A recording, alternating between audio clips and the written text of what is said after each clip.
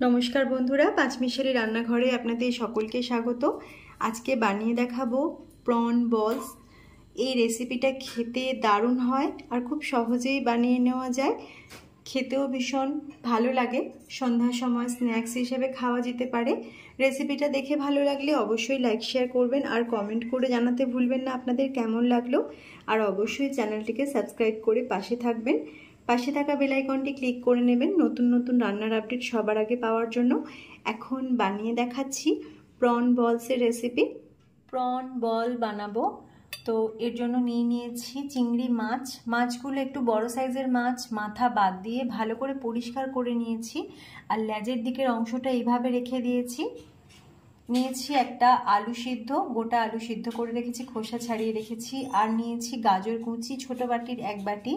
3-4টে কাঁচা লঙ্কা কুচি করে নিয়েছি আর ধনেপাতা কুচি নিয়েছি। এখানে কাশ্মীরি লঙ্কার গুঁড়ো নিয়েছি 1 টিস্পুন। নুন স্বাদ মতো ব্যবহার করব। নিয়েছি ব্রেড ক্রাম্বস 1 বাটি আর রিফাইন অয়েল নিয়েছি 200 ml। সাথে ম্যাগি মশলা আর 2টো ডিম নিয়েছি।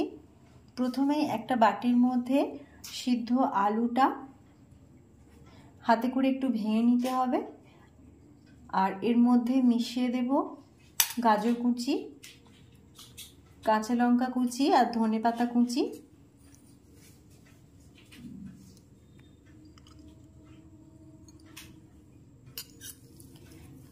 সামান্য পরিমাণ নুন মিশিয়ে ভালো করে মেখে নিতে হবে। আলুটা মাখিয়ে নিয়েছি, দিয়ে দিচ্ছি এর মধ্যে ম্যাগি মশলা। ম্যাগি মশলাটা মিশিয়ে নিতে হবে আর থালার মধ্যে ব্রেড ক্রাম্বসটা ঢেলে নিচ্ছি।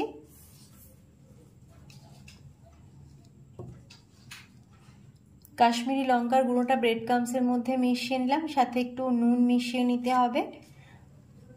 এভাবে একটু মিশিয়ে নিচ্ছি চামচ দিয়ে।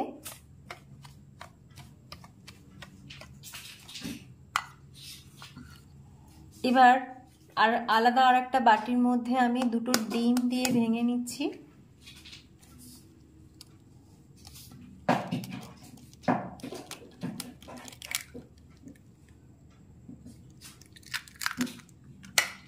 তো এখন এখানে সিদ্ধ আলুটা রেডি হয়ে গেছে, ব্রেড ক্রাম্বসও রেডি করে নিয়েছি আর এখানে 2টো ডিমও ভেঙে নিলাম। এবার বলগুলো বানিয়ে নিতে হবে।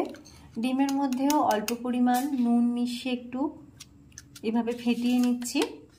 এখন আলু মাখাগুলো বল বানিয়ে নেওয়ার জন্য হাতের মধ্যে একটু তেল মেখে নিলাম। এবার এখান থেকে সিদ্ধ আলু মাখাটা নিয়ে বলের মতো করে বানিয়ে নিতে হবে। এরকম পরিমাণ মতো আলু নিয়ে নিয়েছি। মাঝখানটা এভাবে একটু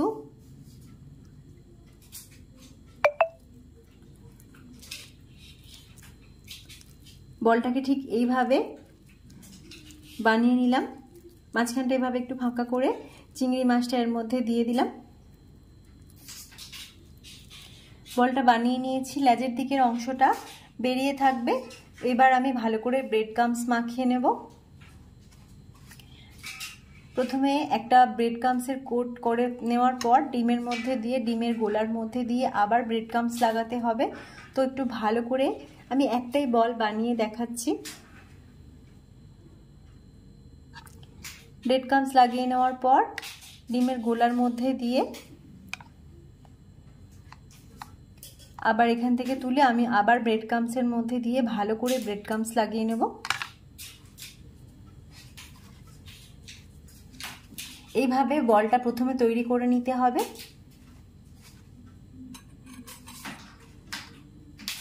এখন রেডি করে নিয়েছি, শুধু ভেজে নিলেই হয়ে যাবে। তো প্রথমে আমি এভাবে বলগুলো বানিয়ে নিচ্ছি। এখানে এইভাবে বলগুলোকে বানিয়ে নিয়েছি, এখন ভেজে নিতে হবে। এখন কড়াইয়ের মধ্যে তেলটা পুরো দিয়ে দিচ্ছি, দিয়ে ভালো করে তেল গরম করে নেব। এখন তেল গরম হয়ে গেছে, এবার এর মধ্যে প্রন বলগুলো দিয়ে ভেজে নিতে হবে। একসাথে সবগুলো ভাজা যাবে না, তাই আমি দুবারে ভাজবো। একটু এপাশ ওপাশ করে ঘুরিয়ে ফিরিয়ে ভেজে নিতে হবে। যাতে ভেতরটা কোনোভাবে কাঁচা না থাকে। আর ফ্লেমটাকে প্রথমে হাই ফ্লেমে রেখে কিছুটা পরে ফ্লেম কমিয়ে ভাজতে হবে, যাতে উপরটা চট করে লাল হয়ে যাবে না। এখন ভালো করে এপাশ ওপাশ করে একটু ঘুরিয়ে ফিরিয়ে ভেজে নিচ্ছি।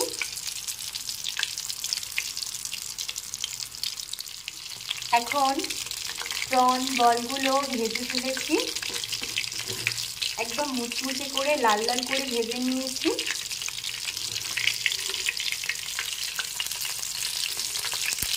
এখন তুলে নিচ্ছি তেল থেকে।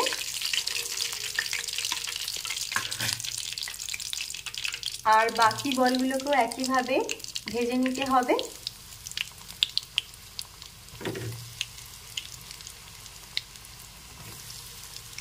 এখন প্রন বলগুলো সব ভেজে নিয়েছি, গরম গরম সস সহযোগে পরিবেশন করে নেব।